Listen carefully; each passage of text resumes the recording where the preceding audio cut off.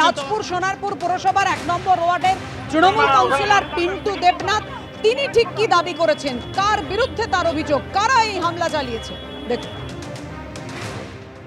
রাজ, বাপি আর প্রতাপ এরা আমাদেরই পার্টি করে, আগে বিজেপি করতো, পরবর্তীকাল থেকে প্রায় 2021-এর পর থেকে এরা আমাদের দলটা করে এবং দলের নিষ্ঠাবান কর্মীর মধ্যে কাজ করে।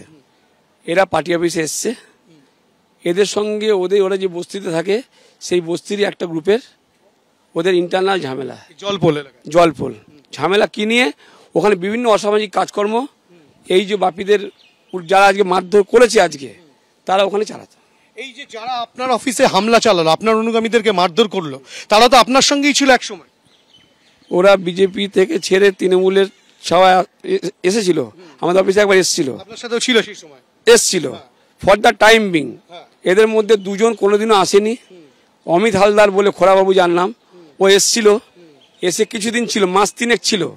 তারপর থেকে আমি কাউন্সিলর হওয়ার পর থেকে ওরা নানা রকম দেখছি অসামাজিক কাজকর্মর সঙ্গে যুক্ত হয়ে যাচ্ছে।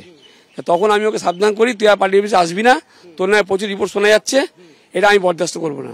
সে থেকে আর পার্টি অফিসে আসতো না। কথা শুনবে না, ওখানে বসে থাকবে। পুলিশ কোথায়? পুলিশ কোথায়?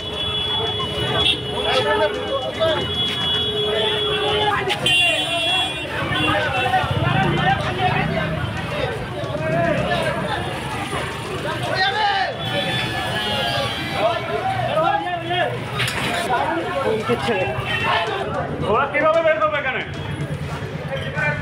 হাতে পাঁচ বের করতে হবে, বের করবে না, মরে যাবে না, তাড়াতাড়ি বের করতে হবে।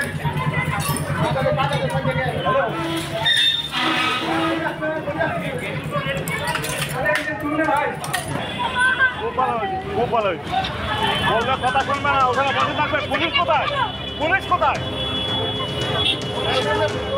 একেবারে হামলা অর্থাৎ দুষ্কৃতী তাণ্ডবের পরের মুহূর্তের ছবি আপনারা দেখতে পাচ্ছেন। তাণ্ডবের ছবি স্পষ্ট।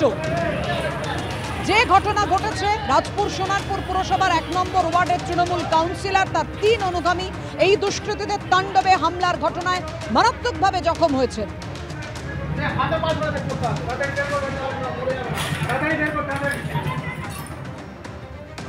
বস্তিটা দখলে আছে, ওরা কেন ওইখানে থাকবে? ওরা থাকবে না, ওরা থাকবে ওই বস্তি দখলে, ওরা থাকবে, আমার ছেলেরা থাকবে না। ওদের বক্তব্য তোরা এখানে থাকতে পারবি না, আমার ছেলেরা ওখান থেকে ছোট থেকে মানুষ হয়েছে, তোরা থাকবে না। আমি ওর মারা রয়েছে ওখানে, ওদেরকে থাকতে দেবে না। আমার ছেলেদেরকে বিনা কারণে ধরে ধরে মেরেছে কতবার।